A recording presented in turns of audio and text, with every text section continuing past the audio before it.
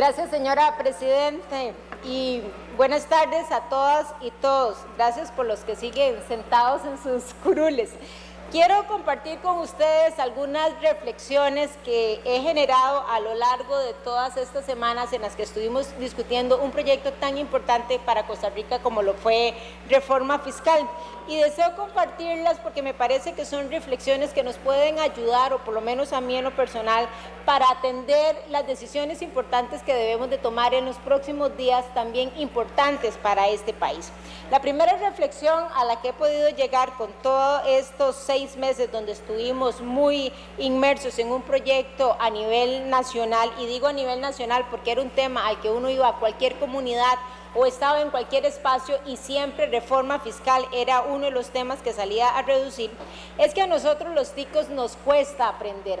Hace 38 años Costa Rica estuvo en el abismo cuando a muchos de nosotros, estando muy pequeños, nos tocaba ir al CNP a hacer esas listas gigantes para poder comprar cosas básicas que debíamos de llevar a los hogares. En mi casa somos 6 y mi mamá nos mandaba a los 6 a hacer fila y a cada uno nos encargaba algo para poder asegurar que tuviéramos esos insumos en la casa.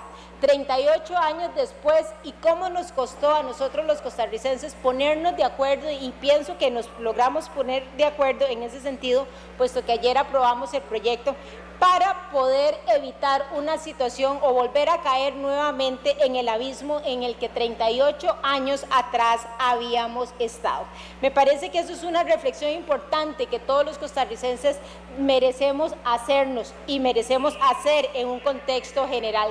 Si es posible que nosotros nos demos el lujo de tomarnos años y años y años para tomar decisiones que son importantes. Y cuando hablo de tomar decisiones importantes, reforma fiscal es un proyecto que cumplió 15 años, casi que debíamos de haberle celebrado con queque y todo lo demás, porque fueron 15 largos años para que en este plenario nos pusiéramos de acuerdo en un proyecto que tarde o temprano había que votar. Y en este caso fue tarde porque hay muchas situaciones en las que hoy nos pegan en la cara y nos golpean fuertemente. Me parece que un país como Costa Rica, que todavía está en vías de desarrollo, que todavía tiene sectores en los cuales no les podemos dar todas las condiciones adecuadas que sí se les dan a algunos sectores o a algunas poblaciones, principalmente ubicadas en las áreas centrales del país, no debería de darse lujos como esos.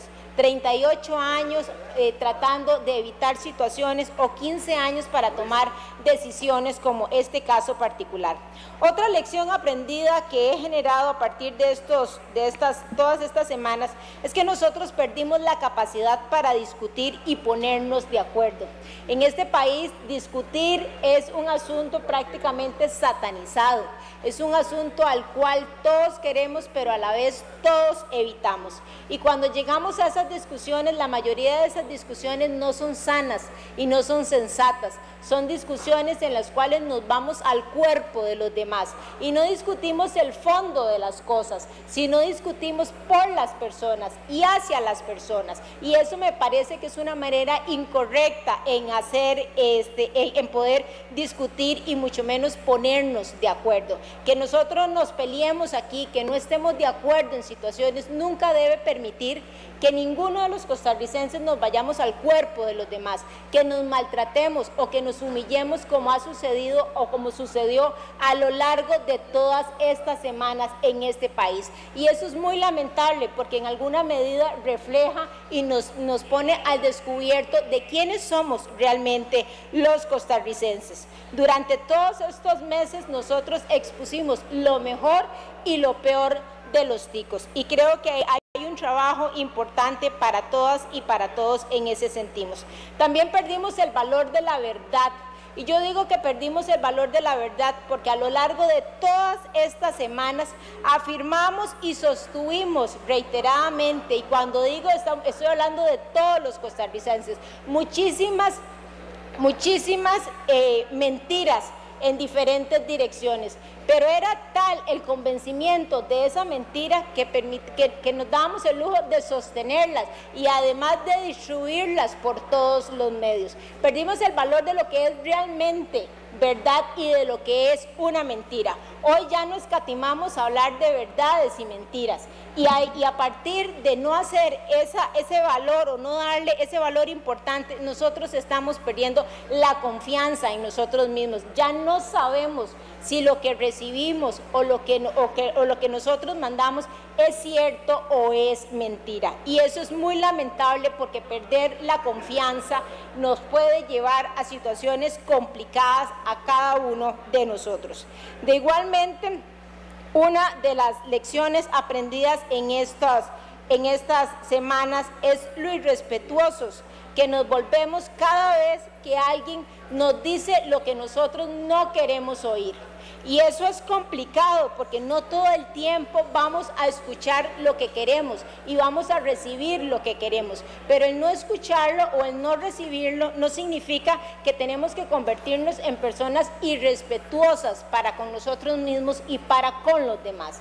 Y si algo fui yo en esto durante todas estas semanas testigo, es de la cantidad de irrespetos a los cuales muchísimas personas en este país fuimos y fueron sometidas. También quería mencionar como una lección aprendida que a nosotros los ticos nos cuesta demasiado modernizarnos, nos cuesta demasiado avanzar. Hoy somos el último país en Latinoamérica que incorporó el IVA dentro de su estructura financiera, el último país en Latinoamérica, cuando en otros momentos hemos sido un país de avanzada. Sin embargo, cada vez que tenemos que tomar decisiones importantes que nos lleven a dar un paso adelante, y ese paso muy enfocado hacia la modernidad, nos cuesta, y nos cuesta en alguna medida, creo yo, porque siempre continuamos justificando nuestro metro cuadrado y vivimos preocupados por nuestro metro cuadrado, aun cuando ese metro cuadrado solamente me beneficie a mí y no beneficie a los demás. Entonces nos oponemos por oponernos a una serie de legislaciones o una serie de decisiones que son importantes para este país.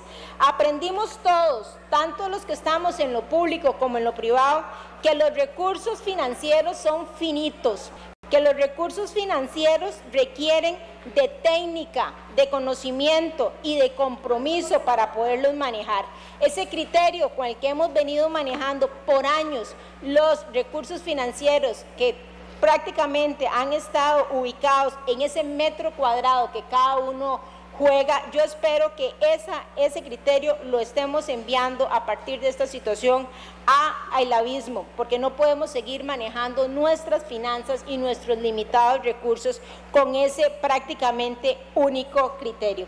Aprendimos que lo sano y que lo sensato es ver el bosque y no es ver el árbol, y en ese sentido yo quiero llamar mucho la atención que nos quedan proyectos importantes en este país que debemos de aprobar en los próximos días, y que si seguimos enfrascados en ver solamente el árbol y no el bosque, nos va nuevamente a tocar, nos va a costar muchísimo nuevamente ponernos de acuerdo en proyectos importantes. Y cuando hablo de ver el bosque, es que todavía nos queda empleo público, nos queda reforma del Estado, nos queda disminución del gasto, viene el proyecto de eurobonos y viene una serie de proyectos que son importantes para Costa Rica. Y si seguimos viendo simplemente ese árbol, pues ponernos de acuerdo en esa inmensidad va a ser mucho, mucho más complicada. Finalmente, aprendimos que tenemos una gran oportunidad, pese a esta crisis, tenemos una gran oportunidad como país para replantearnos cuál es el país que nosotros realmente queremos. Y cuando hablo de ese cuál es el país que nosotros queremos, no estoy hablando solamente en términos geográficos, sino estoy hablando en términos de oportunidades, en términos de modernidad, en términos de legislación. Finalizo esta participación agradeciéndole a todos los compañeros de la bancada de Liberación Nacional por esa voluntad y ese espíritu de querer sacar a este país adelante. Muchas gracias y muy buenas tardes.